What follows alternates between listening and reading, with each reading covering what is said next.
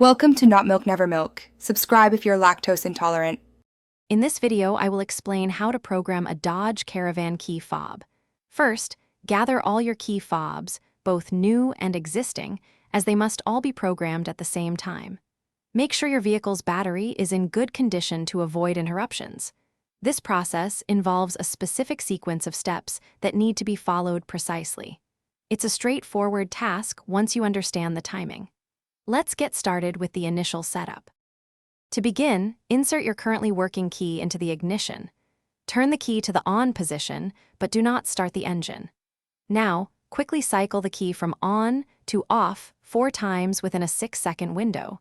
You should hear a chime, which confirms that your vehicle has entered the key fob programming mode. This chime is your signal to proceed to the next step for adding your new fobs. Once you hear the chime, take your new key fob and press any button on it within 10 seconds. You should hear another chime, confirming that this fob has been successfully programmed. If you have more key fobs to program, repeat this step for each one, pressing a button on each additional fob within 10 seconds of the previous one. Each successful registration will be indicated by a chime. To exit the programming mode, simply turn the ignition key to the off position. This action saves all the newly programmed key fobs to your vehicle system. Now, take a moment to test each of your key fobs to ensure they all lock, unlock, and function correctly. If any fob isn't working, you might need to repeat the process.